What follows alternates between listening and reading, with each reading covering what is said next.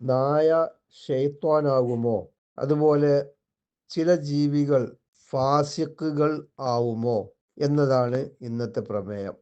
കറുത്ത നായയെക്കുറിച്ച് അത് ഷെയ്ത്വാനാണ് എന്ന് വന്നിട്ടുണ്ട്. അതുപോലെ 5 ജീവികളെ എണ്ണി അവ ഫാസിക്കാണ് എന്നും പറഞ്ഞിട്ടുണ്ട്. എന്നാൽ ഇവിടെ ഷെയ്ത്വാൻ എന്നുള്ളതിൻ്റെ ഉദ്ദേശവും ഫാസിഖ് എന്നതിൻ്റെ അർത്ഥവും എന്താണ് എന്ന് നമുക്ക് പരിശോധിക്കാം. ഇവിടെ ഷെയ്ത്വാൻ എന്ന് പറഞ്ഞാൽ എൻ്റെ ഉദ്ദേശം ധിക്കാരി, അതുപോലെ തന്നെ ഉപദ്രവകാരി എന്നുള്ള അർത്ഥമേ ഉള്ളൂ, എന്നല്ലാതെ പിശാചി എന്ന അർത്ഥത്തിനല്ല. 5 ജീവികൾ ഫാസിക്കുകളാണ് എന്ന് പറഞ്ഞ ഹദീസിന്റെ അർത്ഥവും ഈ രീതിയിലാണ്. അഥവാ ഉപദ്രവകാരികൾ, ധിക്കാരികൾ എന്നൊക്കെ അർത്ഥമുള്ള പദങ്ങളാണ് അവിടെ ഉപയോഗിച്ചിട്ടുള്ളത്. ഈ വിഷയത്തിൽ ഇസ്ലാം മുന്നോട്ട് വെക്കുന്ന കാഴ്ചപ്പാട് എന്താണ് എന്ന് മനസ്സിലാക്കാൻ വിശദീകരണം ആവശ്യമാണ് എന്നർത്ഥം. മനുഷ്യരാണ് നമ്മുടെ മുഖ്യ പ്രമേയം.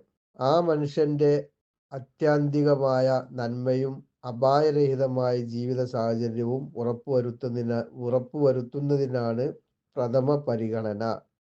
അതുകൊണ്ട് മനുഷ്യനെ ഉപദ്രവിക്കുന്ന ജീവികൾ ഏതൊക്കെയാണോ അവയെ കൊന്നുകൊണ്ട് മനുഷ്യരുടെ ജീവിത സാഹചര്യം നല്ല രീതിയിലാക്കണം എന്നുള്ള ഉദ്ദേശത്തിലാണ് ആ പരാമർശമുള്ളത്. എന്നല്ലാതെ നായയെ പിശാച് ആക്കി എന്നോ അല്ലെങ്കിൽ മറ്റുള്ള 5 ജീവികളെ ഫാസിക്കാക്കി എന്നോ അതിനർത്ഥമില്ല. 5 ജീവികൾ അവ ഓരോന്നും ഉപദ്രവകാരികളാണ്. ഹറമിൽ വെച്ച് പോലും കൊല്ലൽ അനുവദനീയമാണ്. കാക്ക, പ്രാപ്പിടിയൻ, കടിക്കുന്ന ആക്രമണ സ്വഭാവമുള്ള പട്ടി, തേള്, എലി എന്നിവയാണവ. പിന്നെ ചില ഹദീസുകളിൽ തേളിന് പകരം പാമ്പിനെ പരാമർശിച്ചിട്ടുണ്ട്.